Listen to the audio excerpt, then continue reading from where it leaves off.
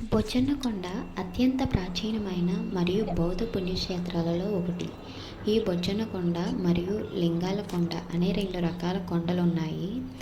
Timings morning 8 నుంచి evening 6 వరకు ఉంటుంది. ఎటువంటి ఎంట్రీ ఫీజు ఉండదు. ఇంతకుముందు ఈ బొజ్జన్నకొండకు ఎవరినైనా ఈజీగా అలౌ చేసేవారు. ఇప్పుడు ఫ్యామిలీస్ మాత్రమే అలౌ చేస్తున్నారు. అలా కాకుండా ఒక అమ్మాయి ఒక అబ్బాయి వస్తే వాళ్ళ ఆధార్ కార్డ్ సర్నేమ్స్ చూసి మాత్రమే పంపిస్తారు. ముఖ్యంగా కాలేజ్ డ్రెస్తో ఉంటే అస్సలు అలౌ చేయరు. అయితే ఈ బొజ్జన్నకొండలో పూర్వకాలపు నిధులు ఉన్నాయని మంచి టాక్ ఉంది.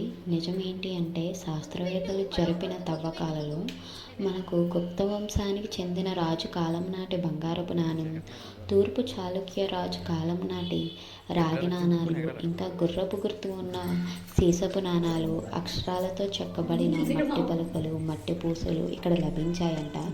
వీటన్నిటినీ కూడా పురావస్తు శాఖ వారు భద్రపరిచారంట.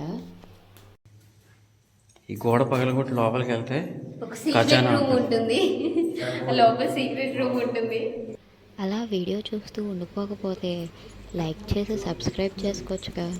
ఇలా చీకటిలో గుహ మొత్తం తిరుగుతూ ఉంటే నేనే చంద్రముఖిలా మారి ఈ గుహలో ఖజానా కోసం వెతుకుతున్నట్టు అనిపిస్తుంది.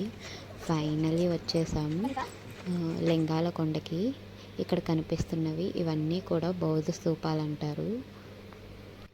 నేను నా చిట్టి తల్లి అయితే బాహుబలి మూవీలో దేవసేన కట్టెలు ఏరుకున్న రేంజ్లో రాయిలు ఏరుకుంటున్నాం. ఎందుకు అంటే దొంగడు గొయ్యిలో వేయటానికి. మొత్తానికి కూడా సక్సెస్ఫుల్గా ఫెయిల్ అయిపోయాం.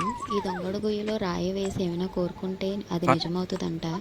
అలా ఈ లింగాల కొండ మీద తొక్కుడు బిళ్ళ ఆడుకొని ఇంటికైతే రిటర్న్ అయిపోయాం.